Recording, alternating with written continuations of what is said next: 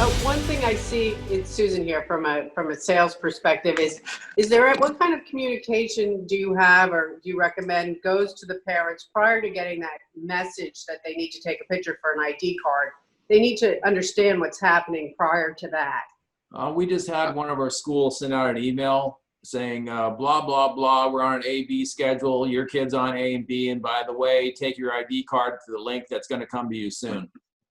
And so you didn't, because typically in those scenarios, I provide the school with the information to push out. So, it's one less thing they have to think about or put together. So if you wanted to go out and convey the message you wanted to convey, write it yourself and ask them to please send this to all parents and post it in there on the website and newsletter. That's what we did, and it was very successful. One thing that's new in the current environment is COPPA compliance and some legalese that the school might need a parent to agree to, or at least be aware of their rights about, right to be forgotten, right to update, that kind of thing. So it's not done yet, but it's not a big whoop to have a little chunk of text that is just easy to present to the school, just to check that box that the school has covered themselves. Good. And so and just real quick too, I saw that there was a messaging feature.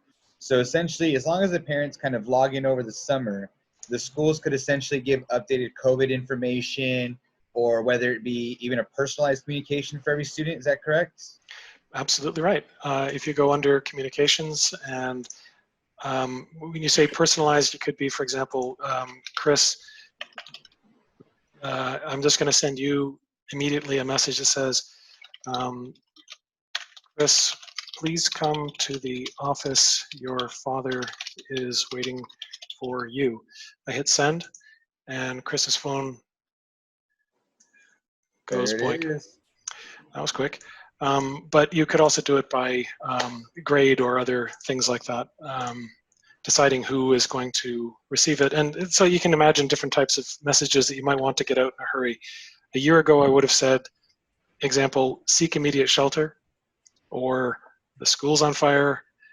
These days, it might be, hey, we just got news that there is a person who's been discovered. They just received a phone call that they're tested positive for COVID. Stop moving. Because if you keep on moving around and you expose more people, it just gets more complicated to clean up afterwards. You need to disinfect, and more people are potentially at risk. So being able to section off who you send a blast to is actually quite valuable in the current environment. Yeah, Corey? Yep, I have a question. So let's say we're into October and Mrs. Jones's class, the school just gets notified that Johnny tested positive.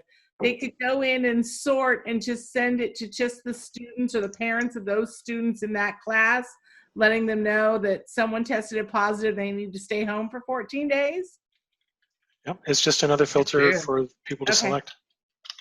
What I see is what Mike explained, it's more apt to happen, is what I call it a health hold, is that you send a blast out to everybody, say, hey, just stay put for a while, because if somebody has been suspected to be infected and they go from one room to the next, now you got to clean up 2 rooms. Now you got to clean up the cafeteria. You have to clean up the gym. Wherever they go, you have to clean that up based on the CDC guidelines.